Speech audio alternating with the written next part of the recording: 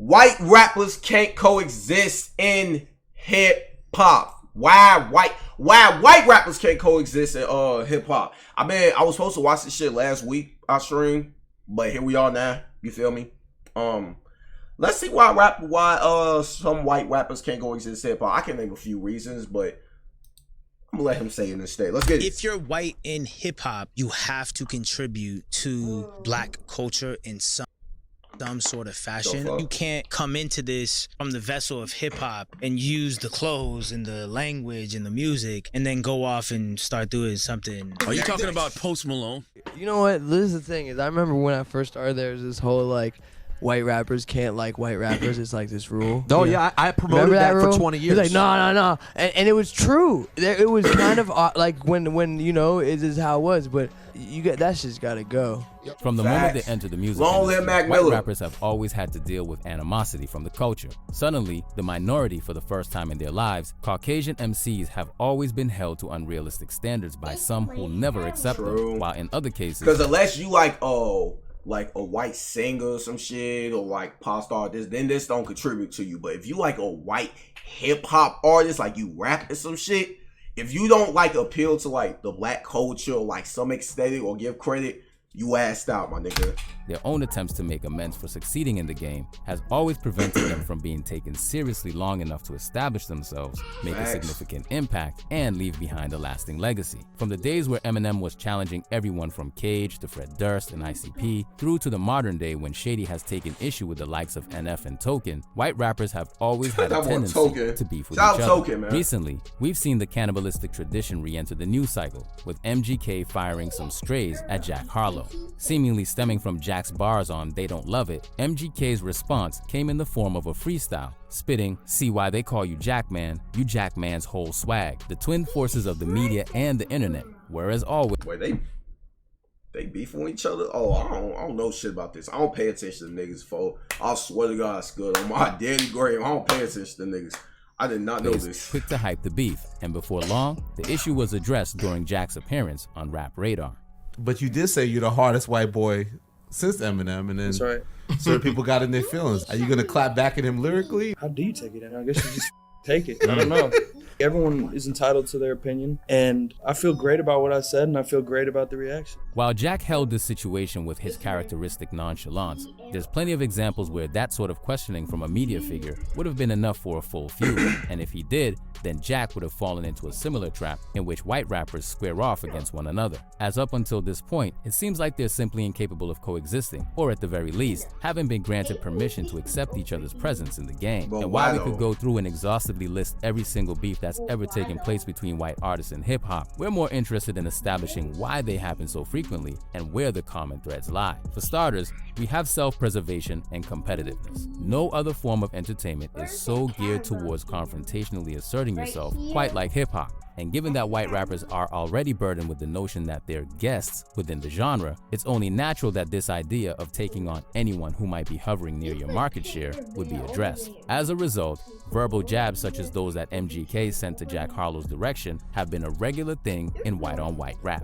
And the more of them you add to the mix, the more volatile things get. Here, we have a track such as Dilated People's Ears Drum Pop remix, which simultaneously sparked two beefs. The story goes that it was a throwaway bar that was misinterpreted that led to his longtime feud with Eminem, with Everlast spitting, "Cock my hammer, spit a comet like Haley, I'll buck a 380 on ones that act shady." This was enough for Slim to assume that he was being sent for, and before long, he responded with venom on diss tracks like I Remember and Quitter. On I Remember, Eminem even goes as far as to admit that the two of them trying to exist within the same cramped space as white artists could have led to the friction, spitting, "Remember Sway and Tech when I came up and sat beside you? I started rhyming and you left the room and didn't say goodbye or nothing. Like you mad that someone else was white and tried to rhyme or something." But, according to Everlast, the whole thing was actually miscommunication. And here we can see how the intensified spotlight of white rappers meant that Shady had no other option but to respond. I say something about Haley's comment at that. I didn't know his daughter's name was Haley, but he got very upset about that part, and then that got exposed that he knew so much about her. Okay, so what I'm taking from this shit is that so pretty much these white rappers pretty much just don't like each other because I don't know, folks. That's the white man. How are you white? I don't know, man. I don't know. Like, I'm confused. So if you're a white rapper or some shit coming up in the game, you just have to like beef with each other. Is that like the stigma?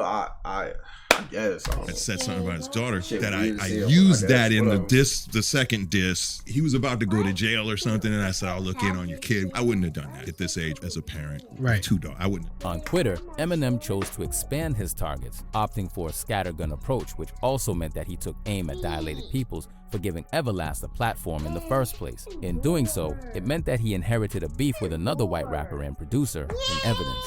During a visit to the People's Party with Talib Kweli, Evidence was happy to explain that even though he'd met M before and everything had been cordial, they suddenly had no choice but to go to war.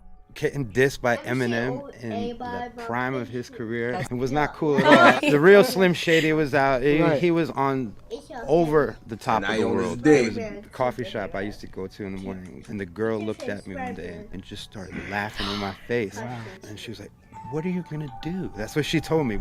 With Shady's power seemingly capable of destroying his career, Ev understood that taking M's provocations lying down wasn't an option. The resulting diss track, Searching for Bobby Fischer, saw him shade Eminem and divulge personal details that he'd gotten from someone he knew in Detroit. So I went back and wrote a rap against him, and whether you like it, don't like it, or anything in between, I got respect. Then he hit me again with another diss, and it wasn't that good. He didn't have much on me. Eventually, Paul and I are cool. Right. I seen Eminem backstage at a festival one time with Alchemist. You know, there was a little like, we're cool. I get played on Shade 4-5. Right. Nothing really happened. I got to get respect for not backing down to somebody who was Godzilla, and then that was it. Compelled to fight one another even when the personal animosity was more imaginary than anything else, this is the same exact mentality that had MGK and G-Eazy jostling for image rights almost 2 decades later. It's crazy because I didn't know any of this shit was going on. I swear. In the same area between getting play from the mainstream pop charts while generally getting respect from hip-hop diehards, MGK and G-Eazy had moved in similar circles for years with little to no issues. But that would all change with an unsavory Funk Flex freestyle from MGK, in which he rallied against G-Eazy for everything from stealing his look to allegedly sleeping with his one-time girlfriend, Halsey. Before long, MGK's first sparring match with a white rapper would soon be eclipsed by getting coaxed into the ring with Eminem. Whoever you thought won, Rap Devil and Killshot represent just another case of white MCs misinterpreting one another's behavior as something more antagonistic than it is. And why did MGK and Eminem beef with each other again? I don't understand that. Sparked the incident, MGK called Eminem the king. Despite this, he was soon blacklisted from Shade 45, Eminem's radio station.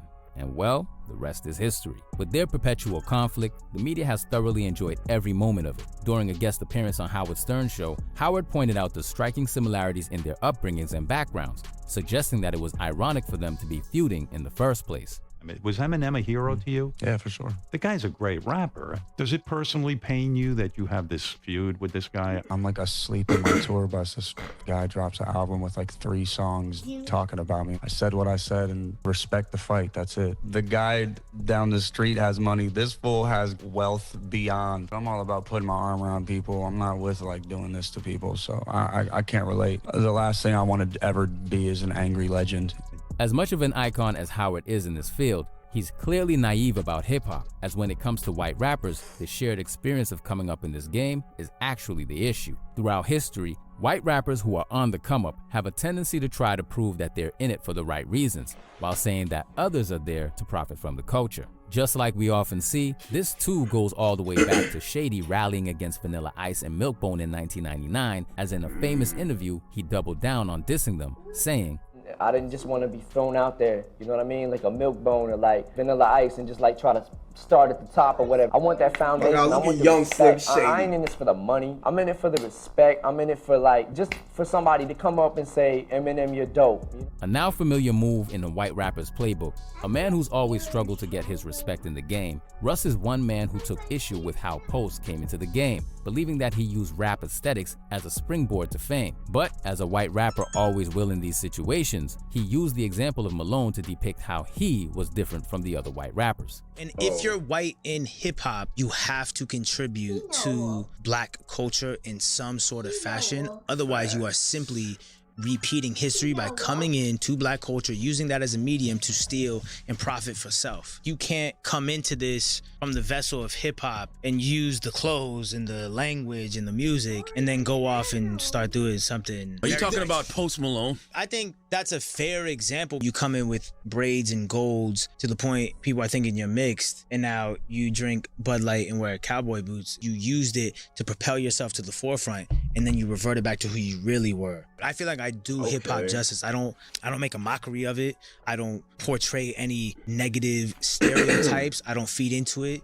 Painted as a need to police themselves and condemn those who break hip-hop's codes, there is an honorable intention to be taken from this. But where this might be the most admirable reason to take issue with a fellow Caucasian in hip-hop, there is one other common cause of the beefs that can't be ignored, and that's the nature of the music industry. Where Yellow Wolf's Bloody Sunday freestyle took aim at Post Malone, G-Eazy, and MGK to generate buzz for his forthcoming album, others were incentivized by in different ways. So all these white rappers pretty much just diss each other because they want to seem like they differ from like each other. Like, oh, I'm not like Post Malone, or I'm not like Eminem. I'm just like, oh, this shit's so fucking retarded. We have R.A. the Rugged, an underground legend that was once headhunted by a record label purely to diss Eminem and capitalize on his hype. Man, when M blew up, I had every label on the planet calling me to do a diss record for us, do a diss record, diss Eminem. You're calling white boy to diss white boy. I think Suge got Milkbone to do a diss record to M. Like they would reach out to white boy rappers. Like Priority was like, look, you're the only white boy that can do it. You're better than M. You'll destroy M. R.A. ultimately turned them down and chose to share this story to the world. Industry but if he evil as actually fuck. rejected their offer and was free to talk about it, it makes you wonder how many other feuds between white rappers may have been manufactured by a record label getting in their ear, alongside the major labels understanding the potential revenue. You'd be surprised how many beefs in this industry is actually fake people that you thought was like real as fuck. Like, oh my God, this is crazy. You'd be surprised how much this shit is fake. Y'all keep on forgetting, this is the industry. These things get paid to beef with each other.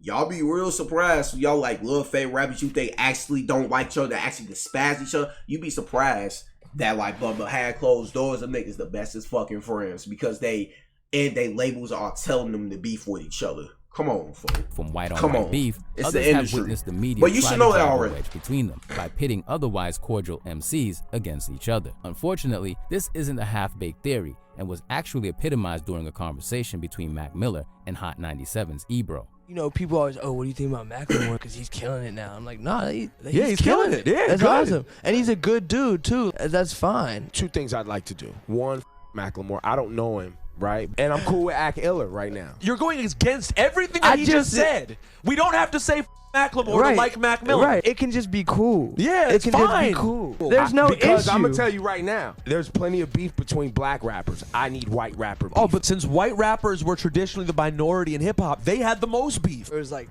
quiet, like sincere. No, I just don't want him to win because I am the white rapper. There's only so many white there rappers. can only be me.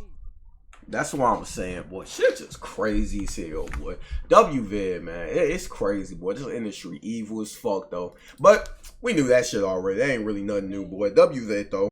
You feel me? Shout Hip Hop Madness on some shit, man. Gang. All right.